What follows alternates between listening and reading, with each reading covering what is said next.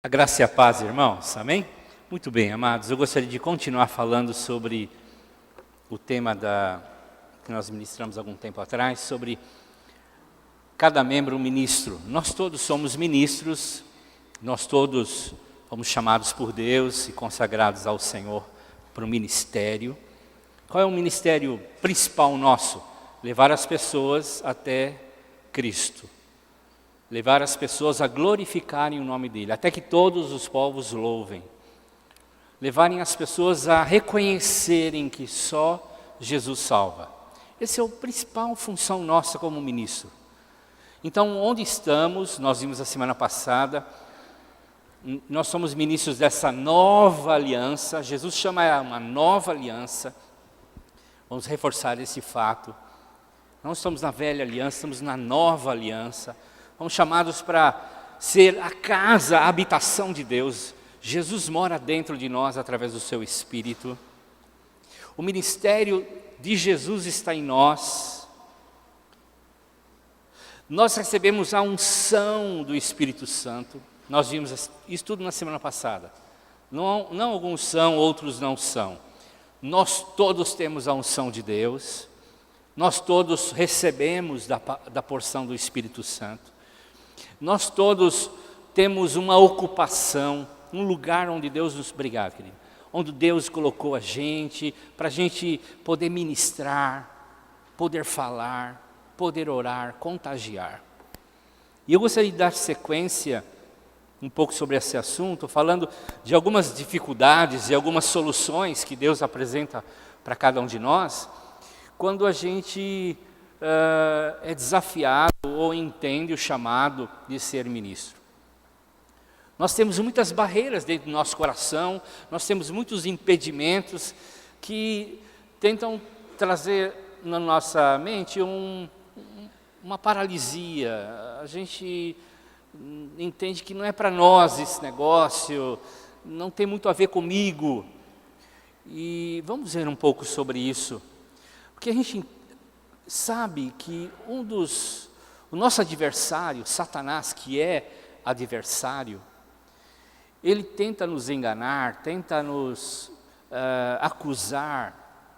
E essas acusações e esses enganos, e é o principal, o diabo significa isso, o enganador, ou o que acusa, tenta fazer com que a gente não se torne ministro, não queira saber desse negócio de ser ministro, não. A gente quer viver a nossa vida longe desse negócio de ser ministro, porque dá muito trabalho, é muito complicado. Isso tudo invade a nossa mentalidade, o nosso coração, e impede que a gente flua. E viva uma vida de liberdade. E viva, de fato, uma vida alegre. E possa, de fato, contagiar, contaminar, operar o reino de Deus nesse mundo. A gente pensa assim que muitas dessas palavras que vêm na nossa mente, no nosso coração, de que a gente não está preparado, de que a gente não está habilitado, de que a gente tem muitos problemas para lidar com esse negócio de ministério, de que a gente está fazendo a obra relaxadamente, por isso não se envolva, porque você vai fazer de forma relaxada. A gente pensa que é o Espírito Santo, mas é o diabo. E nós vamos ver algumas coisas no texto de Gênesis capítulo 3. Se você abra lá a sua Bíblia, Gênesis 3, de 1 a 13 e verso 21. Deixe sua Bíblia aberta e vamos conversar um pouco sobre isso. Quais são os impedimentos que o próprio texto fala, são usados pelo diabo até hoje, para a gente impedir a gente de ser ministro, e vamos ver algumas soluções de Deus. Eu vou me deter mais no segundo tópico. Primeiro eu vou falar um pouco também, mas o segundo tópico. E o terceiro também, bem rapidinho. Então, a primeira coisa que acontece no nosso coração, por um sopro do diabo, para impedir que a gente seja ministro, é exatamente culpa e vergonha. Ele constantemente está nos culpando e nos fazendo ter vergonha para a gente não compartilhar, para a gente não ser ministro. E a solução de Deus a gente vai ver que é alegria e paz. Então, leia aí na sua Bíblia, no capítulo 3, versos de 7 a 11, e está faltando um pedacinho do texto, vocês vão ver, mas vamos completar na segunda parte. Eva apanhou uma fruta e comeu. O texto de Gênesis 3 é o momento da queda do primeiro casal. Uma árvore estava plantada e Deus disse, não coma dessa árvore, coma de todas, menos dessa. E a Eva então apanhou a fruta dessa árvore que não podia comer e comeu. Deu ao seu marido e ele também comeu. Nesse momento os olhos dos dois se abriram e eles perceberam que estavam nus. Então costuraram umas folhas de figueira para usar como tangas. E naquele dia, quando soprava o vento suave da tarde, o homem e a mulher ouviram a voz do Senhor Deus, que estava passeando no jardim. Então se esconderam dele, no meio das árvores, mas o Senhor Deus chamou o homem e perguntou, onde é que você está? E ele respondeu, ouvi teus passos no jardim e fiquei com medo, porque estava nu. E por isso me escondi. E Deus perguntou, quem lhe disse que você estava nu? Você comeu do fruto da árvore do qual proibi comer? Então aqui a gente vê a primeira parte desse texto falando sobre culpa e vergonha. O livro de Gênesis é um livro dos inícios, dos começos.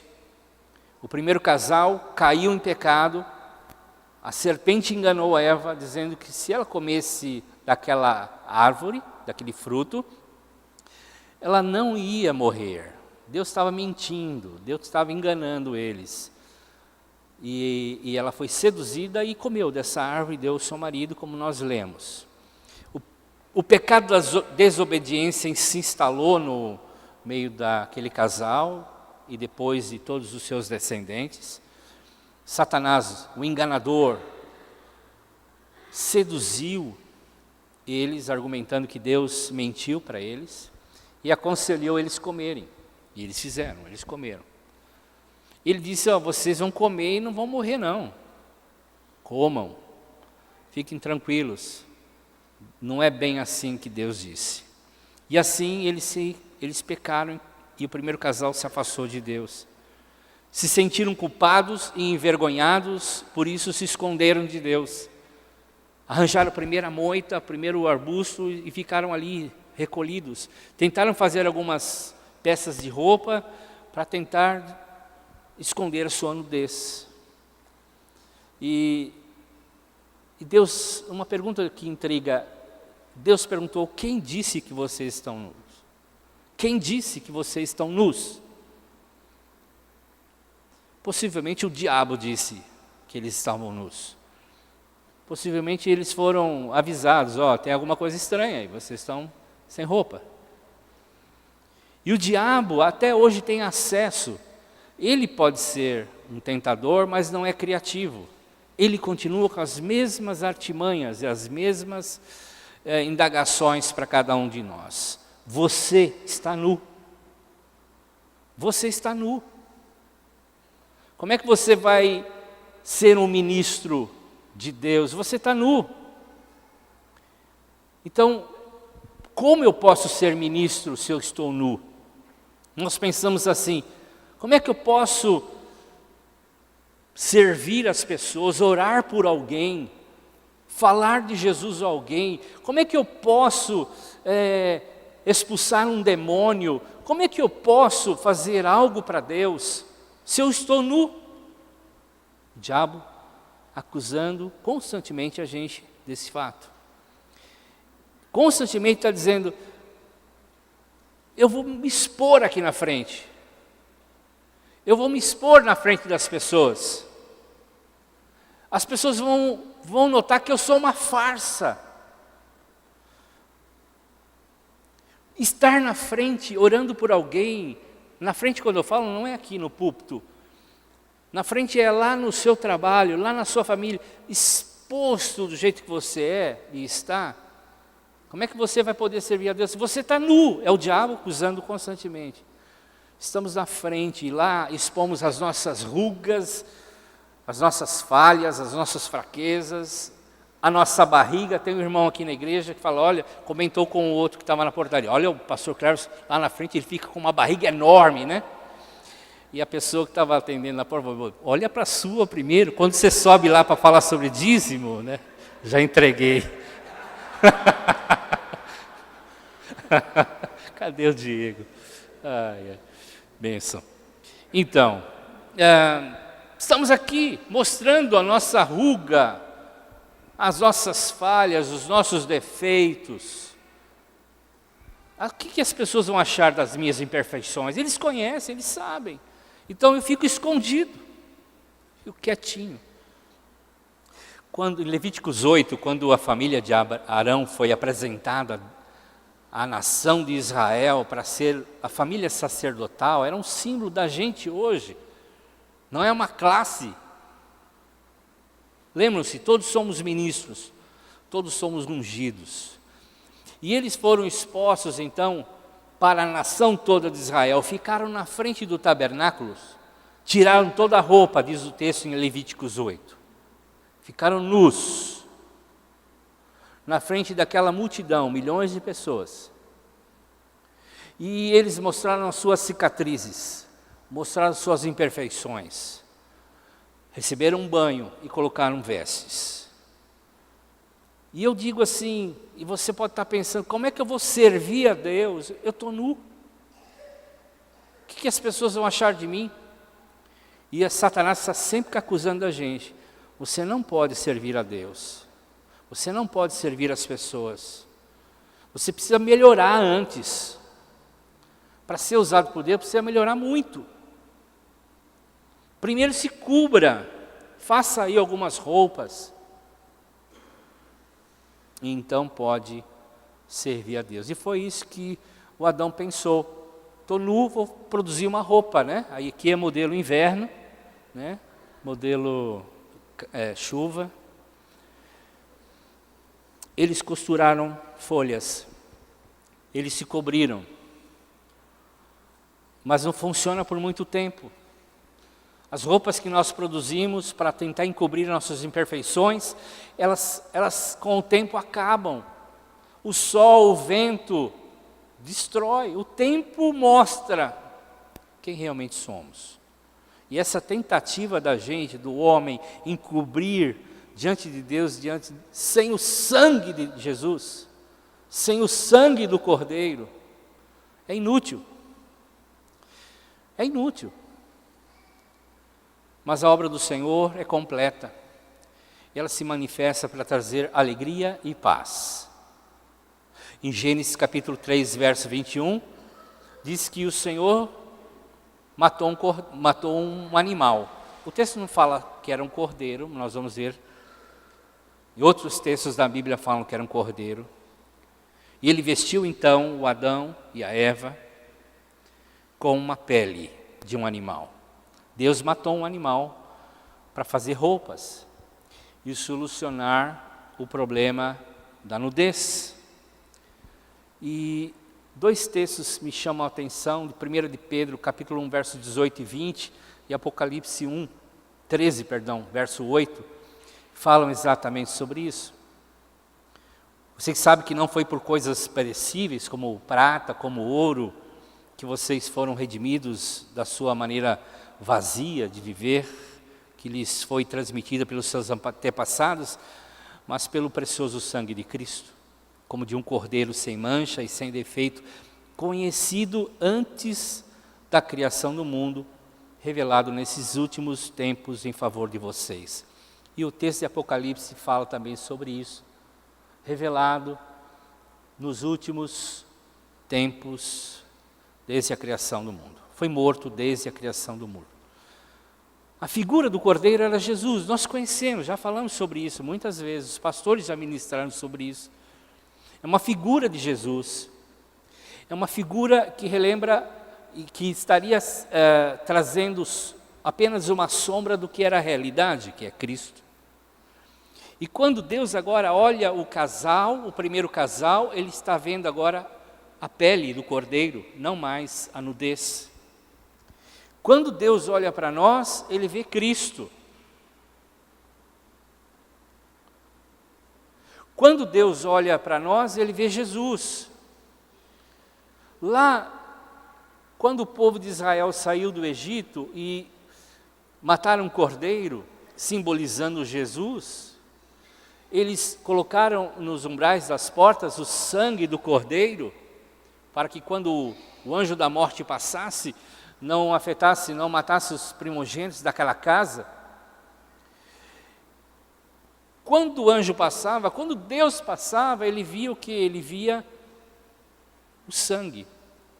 Quando no tabernáculo Deus criou aquela figura de Cristo, o tabernáculo, e colocou como centralidade do tabernáculo aquele propiciatório, aquele lugar onde tinha os dois querubins virados para dentro daquela arca do concerto, a arca da aliança, e ali dentro havia alguns símbolos, como, por exemplo, a lei, os 10 mandamentos, representando as 600 e tantas leis. E tinha lá a vara de Arão que floresceu, e tinha o maná, que era símbolo da provisão de Deus. Mas quando Deus olhava para o coração do povo pecador, e olhava para a lei, ele viu que o povo estava inapto, realmente desadequado, condenado. Mas uma vez por ano o sacerdote entrava e colocava o sangue do cordeiro sobre aquela tampa, e agora não mais Deus olhava para a lei e o coração dos homens que não cumpriam a lei, mas via agora o sangue do cordeiro. Era um tipo de Cristo, um tipo de Jesus. Nós estamos cobertos pelo sangue de Cristo. Apocalipse 1:5. Estamos cobertos pelo sangue de Jesus. Por isso nós temos alegria e paz. Não vivemos debaixo de condenação, da culpa, da vergonha mais. Diante de tudo isso, a gente não pode mais viver nessa condição. Mas o diabo insiste em querer fazer da gente culpado, se sentir culpado e se sentir envergonhado. E ele vai continuar fazendo isso para barrar o nosso sacerdócio universal.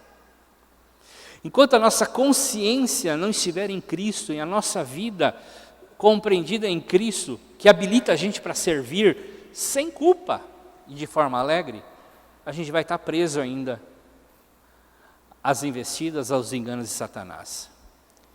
Nós precisamos entender que Cristo foi completamente desnudo na cruz por causa da gente, em nosso lugar. A vergonha que estava sobre ele, estava sobre a gente, recaiu sobre ele. Então agora, Adão e Eva foram cobertos. Arão e seus filhos também foram cobertos. E nós, definitivamente, fomos cobertos por Jesus. Fomos cobertos por Jesus. Não podemos mais se sentir culpados, envergonhados, intimidados pela acusação do diabo. A cruz de Cristo foi suficiente para cobrir todos os nossos pecados. Foi suficiente para trazer vida, alegria e paz no nosso coração. Por isso o reino é descrito não como comida, como bebida, mas justiça, paz e alegria no Espírito Santo. É assim que nós temos que viver, irmãos. É assim a arma de Deus contra as investidas do diabo, em tentar fazer com que a gente continue culpado, continue envergonhado pela nossa condição. O sangue de Jesus é suficiente. Amém, queridos? Outra coisa que o diabo usa para impedir a gente em uma solução de Deus é medo. E a arma é amor. Em Gênesis capítulo 3, versos 8 a 10, diz algo interessante. Ouvindo o homem e a sua mulher os passos do Senhor Deus, que andava pelo jardim, quando sobrava a brisa do dia, esconderam-se da presença do Senhor entre árvores do jardim. Mas o Senhor chamou o homem, perguntando: onde você está? E ele respondeu: ouvi os teus passos no jardim e fiquei com medo, porque estava nu e por isso me escondi. Presta atenção agora. O medo, todo medo é medo de Deus. O final de todo medo é medo de Deus. Medo do castigo, medo da morte, medo porque pequei e Deus vai me castigar. Foi assim que Adão entendeu. Lembre-se que Gênesis é o livro dos começos. O medo que Adão sentiu é medo de Deus. Medo de Deus. Medo da morte. E por que nós temos medo de sermos ministros? Nós não queremos crer, irmãos, que ninguém está aqui nesse lugar não cumprindo o ministério sacerdotal por desleixo ou por não estar nem aí com Deus. Todos nós queremos agradar a Deus. Todos nós queremos servir a Deus. Mas às vezes sentimos medo. Medo de que Deus não acompanhe a gente. Eu vou orar, não vai acontecer nada. Vou orar com um demoniado, ele vai me dar uma surra. Ele vai me dar uma surra, porque Deus não vai estar comigo. Porque Deus só abençoa quem é bonzinho, quem se comporta bem. E eu tenho sido um cristão, ultimamente, muito relapso. Deus não vai comigo. Deus não está comigo. Deus abençoa quem faz a coisa tudo certinha. Por isso eu não sou ministro. Eu tenho medo. Não vai funcionar comigo. Pode funcionar com outros, mas comigo não. Ele só vai responder às orações, dar sabedoria e dar autoridade para quem cumprir os requisitos. E eu estou falho nisso. Eu não estou cumprindo legal as coisas com Deus, não. Aí, lembramos daquele versículo, que a gente sabe até de cor, está em Heresias 7:1. Abra aí a sua Bíblia em Heresias 7:1. Por favor, não abra. Respondeu o Senhor: faça a tua parte e então eu farei a minha. Aleluias. A gente pensa que é assim. A gente pensa que as coisas acontecem assim, irmãos. Porque minha mente está impregnada de medo. Medo de que Deus não está comigo. Deus não vai comigo nesse negócio. Eu estou muito aquém de um ministro. Porque minha mente está muito impregnada com o Velho Testamento. Já falamos isso muito na semana passada. Então eu interpreto as bênçãos como o Deuteronômio 28, que diz lá: faça assim que eu abençoarei, cumpra assim que eu vou fazer assim. Nós estamos com o Velho Testamento na cabeça, esquecemos que nós somos uma nova aliança. Eu chego à conclusão, no meu coração, que Deus só abençoa quem cumpre a lei. Eu não cumpro a lei, estou perdido, não vou ser abençoado. A minha mente, eu penso que Deus só cuida daquele que faz a coisa certinha. Então eu tenho medo de que Deus não cuida de mim, não vai cuidar de mim. Quando eu precisar orar com alguém, não vai funcionar. Porque na hora Ele não vai me honrar. Porque eu não tenho fé suficiente. O problema da palavra suficiente, tá, irmãos? Eu não li a Bíblia o suficiente. Eu não jejuei o suficiente. Eu não obedeci o suficiente. E como é suficiente? Quanto é o suficiente? Eu quero dizer algo para você. Pode libertá-lo ou escandalizá-lo. Isso é do diabo, não é do Espírito Santo. A mentalidade de se sentir culpado, envergonhado, que gera medo, que impede você de cumprir o seu chamado sacerdotal, é do diabo, não é de Deus. Porque temos medo. Porque eu me sinto desqualificado. Eu não estou bem, não fiz o suficiente. Aí o medo é não servir a Deus como eu deveria. É como nós vimos naquela primeira mensagem que nós demos sobre o sacerdócio de todos os crentes. Então, o problema é que a gente precisa tirar essas moitas e viver pela fé, confiado em Deus só, não em mim, não em você, confiado em Deus. Isso é viver pela fé. Não é confiar na sua quão suficiente você foi, quão suficiente você fez. E viver pela fé é assustador, irmãos. É muito assustador. Porque é confiar em Deus, só nele. E a gente vive sendo acusado de coisas que nós estamos desqualificados. Por isso, constantemente, eu estou tentando costurar roupas para mim. Costuro roupas, fruto do meu esforço, fruto dos resultados, das condições, dos medos, da vergonha. Então eu me costuro roupas, eu vou me vestir. Roupas, eu não tenho tempo. Roupas de não tenho tempo. Roupas de não estou preparado. Roupas de não fui chamado para isso. Costuro a roupa, eu sou muito novo na fé, isso é coisa para gente de 60 anos de fé. Roupas, não sou líder de nada, então, roupas, tenho muitas falhas, não tenho tempo, tenho um projeto novo, enfim. Costuramos roupas e mais roupas. Somos expert em produzir roupas para tentar nos escondermos, nos livrarmos.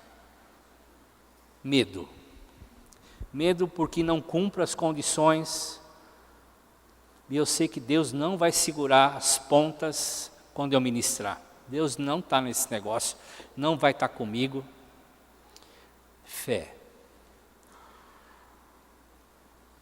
Deus faz, mas não comigo. Comigo não. Aí você acha que na sua vida não faz porque está tudo errado. Suas finanças estão erradas, tudo errado. Seu casamento está errado, sua vida sexual está errada. Você fez o que não devia, pegou onde não podia. Seu compromisso com a célula, com a comunidade, está tudo errado. Gente como eu, Deus não usa. Isso que a gente começa a ter na cabeça. Talvez não verbalize, mas é o que a gente pensa. Estou nu demais, tenho cicatrizes demais para mostrar, tenho defeitos demais. E quando o medo toma conta, eu penso logo, ele não vai fazer nada, eu preciso terceirizar o negócio. Então eu terceirizo para o líder, terceirizo para o pastor. Eles estão melhor em condições, eles vão poder fazer, eu não. Chamou para orar, você corre para o banheiro, só um minuto, vai lá com Deus e fala, Senhor, por favor, só hoje, Senhor. Prometo que eu vou orar mais, mas só hoje, Senhor. E a gente tenta terceirizar a coisa para outros. Por isso as nossas células às vezes não crescem. Depois a gente se sente, chega à conclusão de que a gente está fora do padrão de Deus, por isso Deus não vai usar. Isso produz uma vida espiritual, de um relacionamento com Deus, de merecimento. Eu mereço. Eu não mereço. Isso é religiosidade. Aí você pode estar pensando assim, mas pastor, Deus não é santo, santo, santo. É, está certo. A gente pode viver de qualquer jeito? Claro que não. Claro que não. Para se relacionar com Deus, a gente precisa estar santo? Sim, claro, a gente precisa estar santo. Mas a gente não consegue atingir o padrão de Deus, a gente não consegue cumprir as exigências, a gente está sempre com problemas. Sim, a gente sempre está com problema, realmente, sempre com problema. Então, como é que a gente faz isso? A grande questão, irmãos, é o seguinte: Deus já sacrificou por nós. Deus já fez a nossa parte.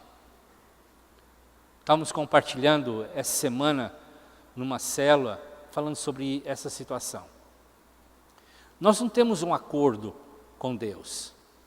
Acordo é quando eu faço com você e digo assim: você cumpre a sua parte, eu cumpro a minha. É um acordo. Deus não tem um acordo com a gente, Deus tem uma aliança com a gente. E a aliança é o seguinte: eu vou fazer a minha parte independente da sua. E com Deus é melhor ainda. A tua e a minha parte, Ele fez em Cristo. Ele mandou Jesus para cumprir a minha e a sua parte. Isso é aliança. Ele sabia que nós não íamos conseguir cumprir a nossa. Ele mandou Jesus cumprir a nossa, morrendo no nosso lugar. Cristo, o Cordeiro de Deus, cumpriu todas as exigências de Deus, nos cobriu. Quando Deus olha agora para a gente, Ele olha a Jesus, que cumpriu. E a gente precisa o quê? Viver agora, grato, como Paulo diz em Coríntios, constrangido por esse amor, como nós cantamos muitas vezes nessa noite, constrangidos por esse amor, vivermos para Ele. Vivermos para Ele. O medo toma conta de muita gente, porque eles não conhecem o amor de Deus. E muito crente não conhece o amor de Deus. O grande problema é não conhecer o amor de Deus. Ao invés de crentes viverem na vitória que Jesus já deu, ainda não conhecem uma vida de vitória. Tem muito crente que não conhece a alegria e paz que Jesus veio trazer. Vivem ainda debaixo de opressão, vive ainda debaixo de condenação, vive ainda debaixo de tristeza. As pessoas aí fora olham para o crente, muitos dizem: realmente viver como cristão deve ser a pior coisa do mundo. Nós precisamos compreender. A Bíblia fala que a causa do medo é o pensamento de nós não sermos amados. E eu gostaria de encerrar essa segunda parte, e a terceira é rápida. Abrindo a sua Bíblia em 1 de João, capítulo 4, verso 18, que diz assim: no amor não há medo. Pelo contrário, o perfeito amor expulsa o medo, porque o medo pressupõe castigo. Aquele que tem medo não está aperfeiçoado no amor. Preste muita atenção agora. Esse é um ponto-chave. Quando uma criança sabe que é amada, ela não tem vergonha. Isso mexe com a nossa oração. Isso mexe com a nossa oração. Quando uma criança sabe que é amada, ela não tem vergonha de pedir. Ela vai e escolhe o brinquedo mais caro que existe. E se ela for discipulada pela mãe, ela vai falar assim: o pai não tem dinheiro, usa o cartão, né? Se foi discipulada pela mãe, vai falar isso.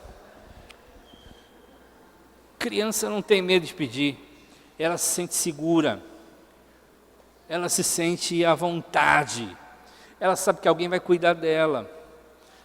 Quando ela está cansada, alguém vai carregar ela. Quando ela está sentindo medo, alguém vai abraçar ela. Quando ela está com fome, alguém vai alimentá-la. Quando ela se sente que precisa de roupa nova, alguém vai comprar roupa nova para ela. Quando ela está precisando de agrado, alguém vai agradá-la. Por isso que Jesus disse que nós precisamos ser como crianças. Porque criança se sente amada e não tem medo. E muitos ainda associam o fato de serem amados por conquista. Eu vou conquistar o seu amor. Eu vou conquistar o amor de Deus por mim. Quanto mais eu agradar a Deus, mais coisas Ele vai me dar. Quanto mais eu agradar o coração de Deus, quanto mais eu ler a Bíblia, orar, eu vou agradar o coração de Deus e Ele vai me dar mais coisas. Então se esforçam, se dedicam para que alguém ame ou Deus o ame. Isso é uma ideia do Velho Testamento, não do Novo, não da Nova Aliança. O que é amor? Logo associamos o conceito do que é amor de 1 Coríntios 13. O amor é? O que é o amor? Paciente, longânimo, perseverante, não arde em ciúmes, etc, etc. Mas isso não é a definição de amor, isso é uma descrição do amor. A definição bíblica do amor, no Novo Testamento, está em 1 João capítulo 4, verso 10. O amor é. Não fomos nós que amamos a Deus, mas foi Ele que nos amou e mandou o seu Filho para que, por meio dele, os nossos pecados fossem perdoados. Esse é o conceito de amor. Guarde esse conceito para você. Quando sentir medo de ser ministro, de entender se será que Deus está comigo ou não, será que Ele vai honrar minha oração, mesmo eu não estando habilitado, entenda isso. Amor é, não fomos nós que o amamos, mas Ele nos amou. Amor é isso. Quando você lê amor no Novo Testamento, amor é isso. Esse é o filtro para você, essa é a definição para você entender amor. Não é o seu amor, não é o meu amor, mas é o amor de Deus. Então, quando eu estou ministrando, eu tenho que entender que Deus me ama, mesmo que eu não o ame, como eu deveria amar. Quando eu vou ministrar, orar por alguém, falar de Jesus, abraçar alguém, levar essa pessoa a glorificar a Deus, eu não estou indo porque eu amei a Deus orando mais hoje. Mas eu vou porque Ele me amou primeiro. Vocês estão entendendo? Amor é isso. Ser ministro é entender esse amor. E esse amor lança fora todo medo. Eu não tenho medo, Jesus está comigo. Apesar de mim, apesar das minhas cicatrizes, das minhas rugas, apesar disso, Deus está comigo, Jesus está comigo. Na Nova Aliança no Velho Testamento faça isso e vai ganhar isso. No Novo Testamento é Efésios 1:3. Ele já tem nos abençoado com toda a sorte de bênçãos celestiais em Cristo Jesus nas religiões celestiais.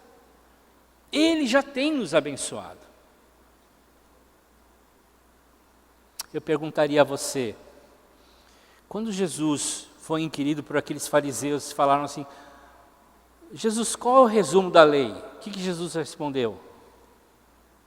Ame a Deus sobre todas as coisas, com toda a sua força, entendimento, e ao próximo como a ti mesmo. Esse é o resumo da lei. Que lei é essa? Do Novo ou do Velho Testamento? Do Velho Testamento. Quem perguntou? Um fariseu. Que lei é essa? Do Velho Testamento. Qual é o resumo do Velho Testamento? Das 613 leis do Velho Testamento?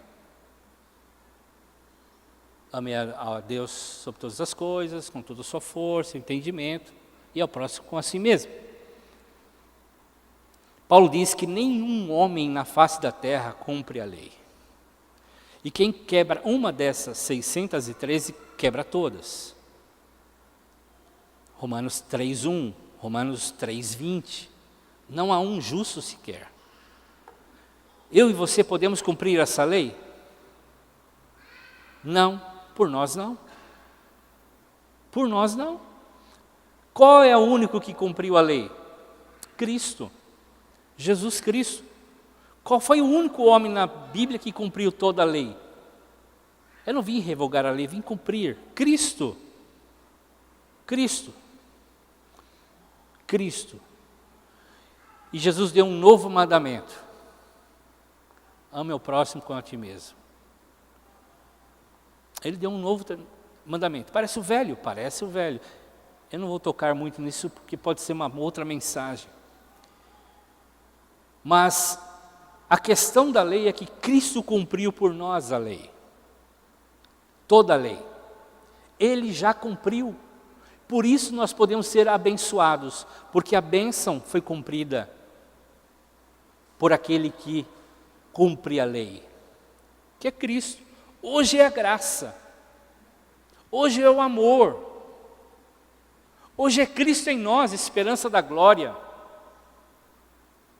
Hoje é aquele que cumpriu toda a lei e que traz todas as bênçãos para a nossa vida. Nós já fomos abençoados. Romanos 5:8 diz, Deus mostrou o quanto nos ama, Cristo morreu por nós quando ainda vivíamos no pecado. E em resposta a esse maravilhoso amor, nós vivemos para Ele, nós amamos a Deus. Nós permitimos que Jesus cumpra essa lei em nós. Ninguém aqui ama o próximo perfeitamente. Ninguém. Ninguém. Nosso amor está condicionado. Mas o amor de Deus que está em nós, pode amar perfeitamente o nosso próximo.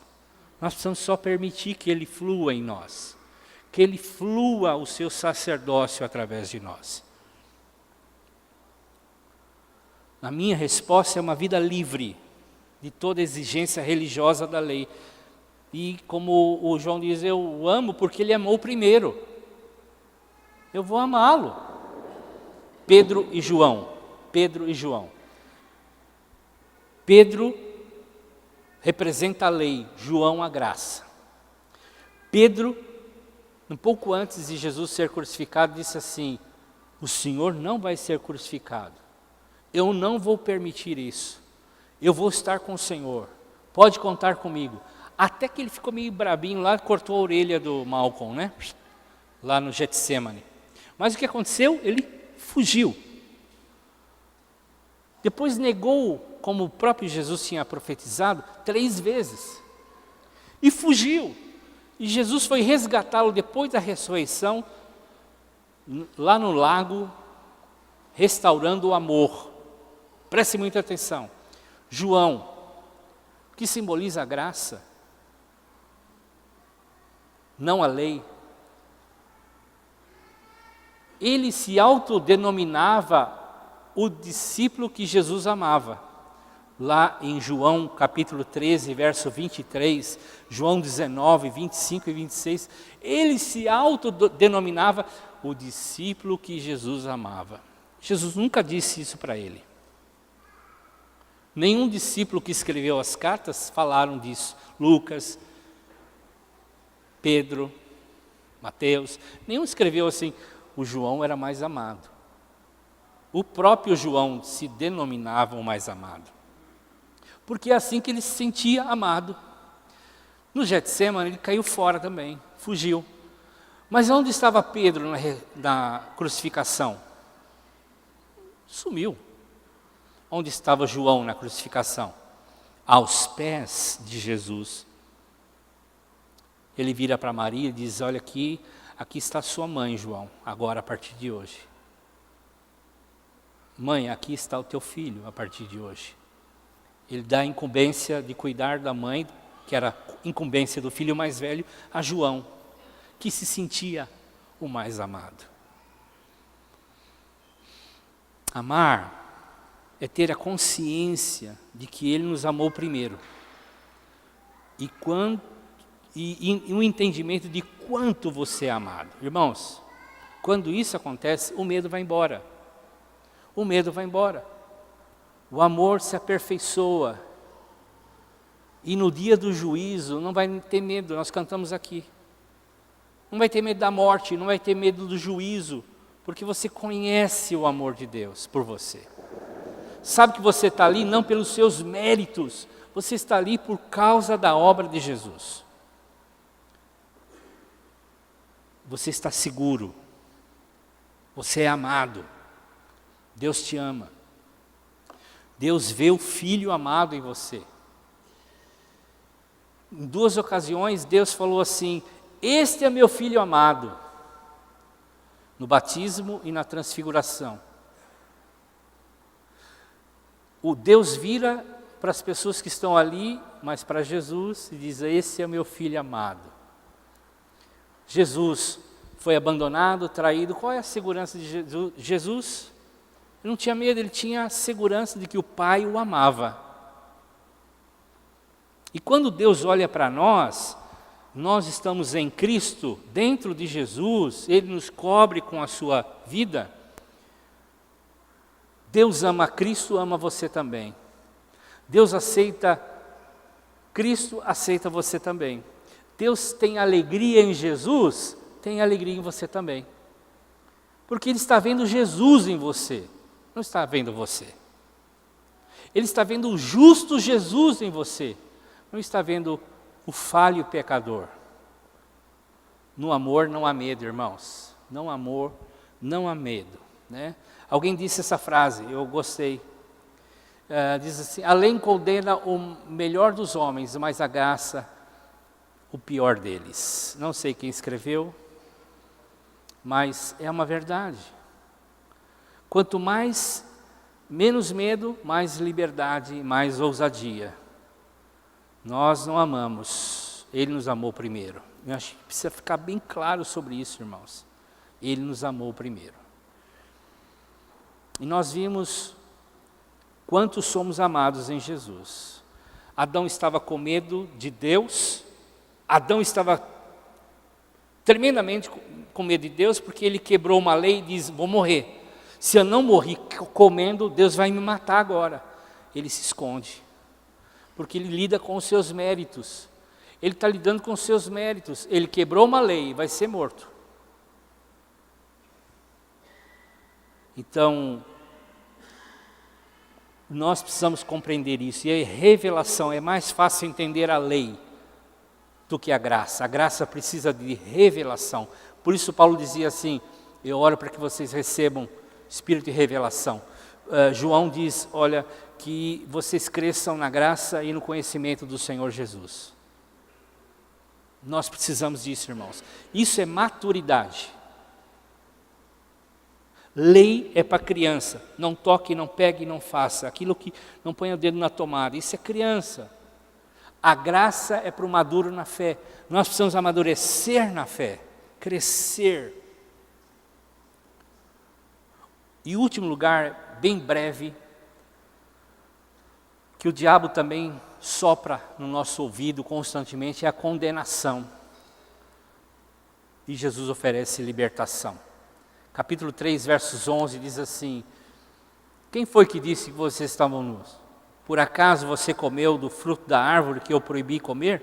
O homem disse: foi a mulher que o Senhor me deu. Ela me deu para comer, e eu comi. Então o Senhor perguntou à mulher: escuta, por que você fez isso? A mulher disse: quem deu foi a cobra que o Senhor criou, né? Em outras palavras, e me enganou. A condenação, irmãos, preste bem atenção, sempre demonstra que nós não fizemos o suficiente, por isso sentimos condenados. Quem está debaixo de condenação está sempre se perguntando e procurando quem é o culpado. Quem é o culpado? Quem é o culpado nessa história? João 9, uma certa ocasião, quando os discípulos estavam andando na rua com Jesus, viram um cego, né, ali, e perguntaram: Jesus, quem pecou? Quem pecou? Foi o pai, a mãe dele ou ele mesmo? Quem pecou? Quem vive debaixo de condenação sempre está arranjando, sempre está perguntando quem pecou, quem errou. O adversário, que tem como principal nome diabo, que é enganador, que é acusador, está constantemente no nosso coração dizendo isso. O que você fez? Quem fez? Somos atacados. Não fizemos o suficiente. Não estamos habilitados. Estamos sempre no negativo. Sempre no negativo. Sempre pensando em melhorar. É bom melhorar, precisamos melhorar. Mas é aquele espírito de condenação, por isso eu preciso melhorar. Eu não sou bom o suficiente. E o acusador sempre nos leva a pensar sobre isso. Esse sentimento é fruto de um pensamento. Todo sentimento é fruto de um pensamento. E ele ataca na nossa mente. Quem pecou? Quem errou? O que eu fiz para me sentir assim? Quem pecou? Achamos que até o Espírito Santo tentando nos convencer, mas é o diabo, irmãos. Essa é a pergunta de Satanás, não é do Espírito Santo. A gente logo pensa em maldição hereditária. Quem pecou foi meus pais, porque a Bíblia diz lá em Êxodo 20, verso 5, o seguinte, que eu visitarei a iniquidade, o castigarei os que me odeiam, até o bisneto e trisneto. Quem pecou? Esse é Velho Testamento. Na Nova Aliança quem vai acusar os escolhidos de Deus? A verdade do Evangelho é essa. Agora não existe nenhuma condenação para a pessoa que está unida em Cristo Jesus. No Novo Testamento é assim, quem fará acusação contra os escolhidos de Deus? É Deus que os justifica. Quem os condenará? Foi Cristo quem morreu. Foi Cristo que morreu. E mais, que ressuscitou, está à direita de Deus e intercede por nós. Então, irmão, seja liberto dessa condenação. E seja um ministro abençoado do Senhor Jesus. A gente precisa ter visão. Visão de Deus. E eu gostaria de orar para terminar essa parte. Chamar o coral que vai cantar uma música. Mas feche os seus olhos. Feche seus olhos por um instante. Feche seus olhos. Deus quer nos levar a exercitar, de fato, o nosso sacerdócio. Somos sacerdotes. Não estamos aquém. Entenda a graça. Que o Espírito Santo de Deus te revele a graça.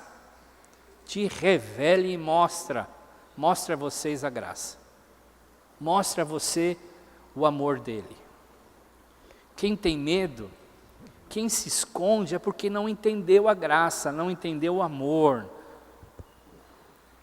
Quem vive debaixo de condenação é porque não compreendeu a obra maravilhosa da graça do Senhor Jesus. Não entendeu a nova aliança. Por isso, em nome de Jesus, é na obra dele, somente pelos méritos e revelação dele, que nós possamos compreender isso e rompermos todo o engano do diabo, para que a gente possa de fato ser uma nação de sacerdotes, uma igreja sacerdotal, de ministros, cada membro um ministro, em nome de Jesus. Amém.